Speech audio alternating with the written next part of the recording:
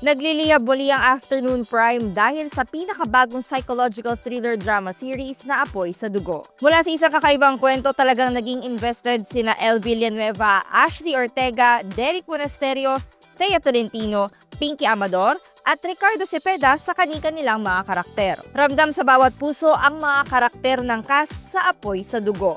Ang tanong ay kung may pagkakapareha nga ba ang kanilang karakter sa kanilang totoong buhay. O malayong-malayo ito sa kanila. Kaya naman mas pinag-aralan nila ang bawat detalye ng kanilang mga karakter. Alamin yan dito sa Kapuso Insider.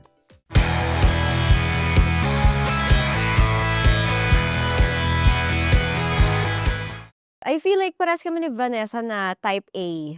So, alam mo yung very organized, lahat kailangan planchado na sa buong araw, kung anong susuotin, anong gagawin ko this morning, anong kakainin ko this morning. Pagpapunta ko sa isang korte or like sa isang lakad, kailangan yung gas ko naka-full tank na, yung mga ganon. Alam mga type A na girls. So, doon kami nagkakaparehas na parang medyo OC na babae, ganon.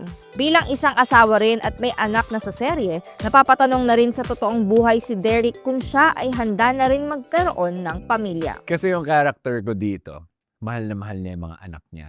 Sa totoong buhay, mahal na mahal ko na rin yung mga anak ko doon. So yun siguro yung similarity. Na parang, ready na ba ako? Parang ready na ako. Ganon. Samantala para kay Ashley as a soft girl, ibang-iba naman ang karakter niya bilang si Angel. Actually, very different. Si Angel kasi, marami siyang disorder. So, meron siyang possessive siya sa mga taong mahal niya sa buhay and meron na siyang abandonment issues. So, may mga moments talaga na pipitik siya. And that's very different from Ashley as a soft girl. Actually, nakakatulong din yung physical appearance para makuha yung mga tamang emotions. So basically, kaya rin ako nagpa-bangs para tas sinuot ko yung mga outfits ni Angel. It's so easy to switch right away.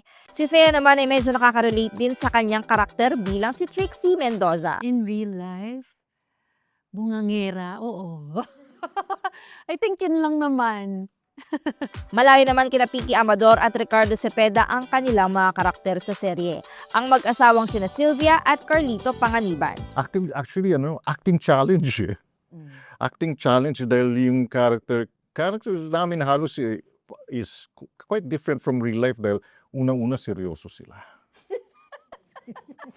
Sa akin malayo kasi I'm spiritual but I'm not religious. Malaking difference po yun.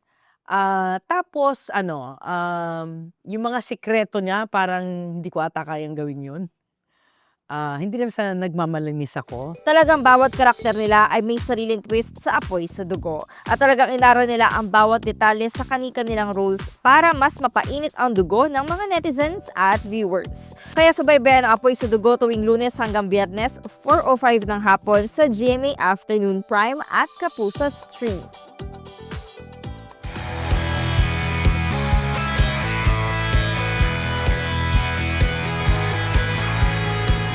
For more exclusive contents about your favorite Kapuso stars and shows, visit gmanetwork.com. Follow us on our social media pages.